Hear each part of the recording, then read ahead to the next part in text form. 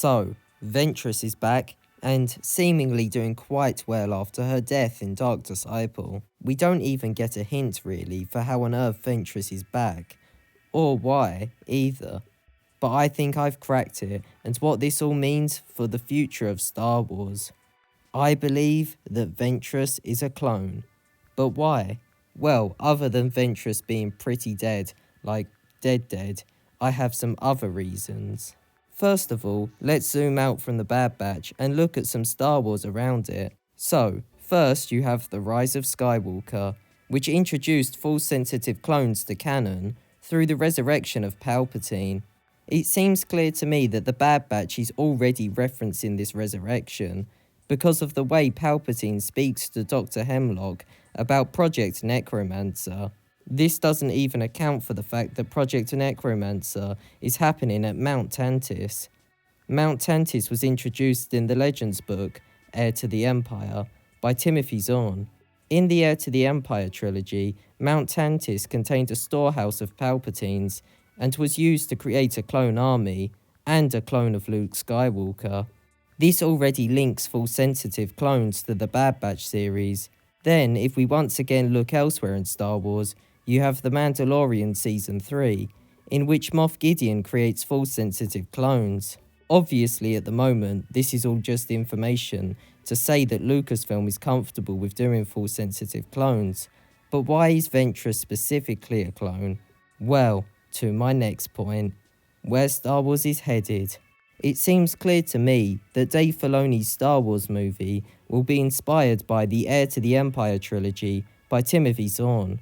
This is evident due to the heavy use of Thrawn as a key villain, and because of this line. I started hearing whispers about Thrawn's return as heir to the Empire. The Heir to the Empire story heavily utilizes clones, and Force-sensitive clones. I believe that Ventress will be a key component for how this aspect of the books will play out in canon. I believe that Ventress and Omega are essentially tests run by Nala Se or someone else to see about the potential for Force-sensitive clones. It seems apparent to me that Omega is a test by Nala Se, because Nala Se knew that Omega would test positive in the M-count test, suggesting that she has already done her own M-count test in the past, something which someone would do if they were trying to make Force-sensitive clones. Anyway, back to Ventress. I think Ventress would be a good candidate for someone to clone.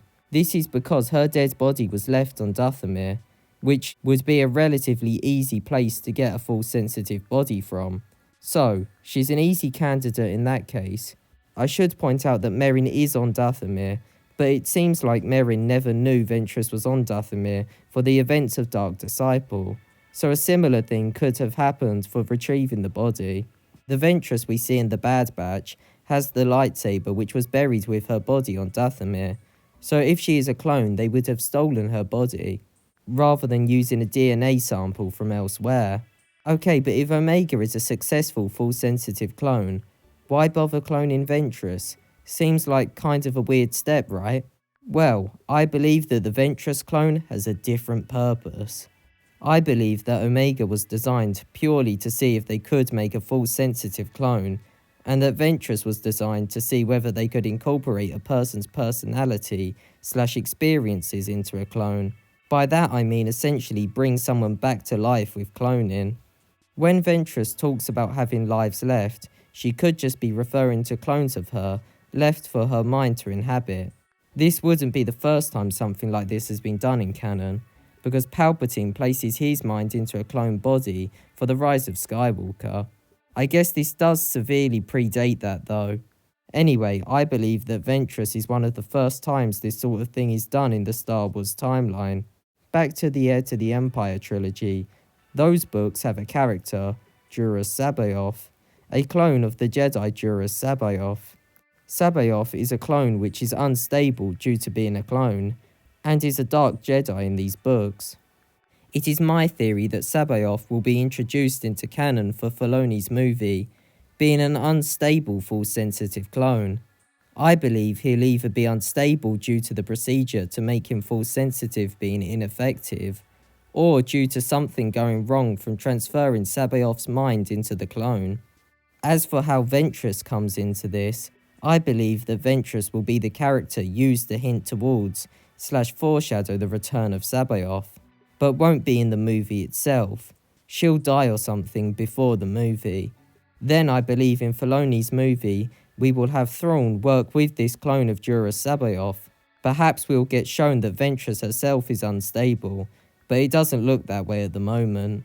If this is the case, it would nicely explain why Ventress is so interested in Omega. Ventress is interested because they both have it in common that they are force-sensitive clones.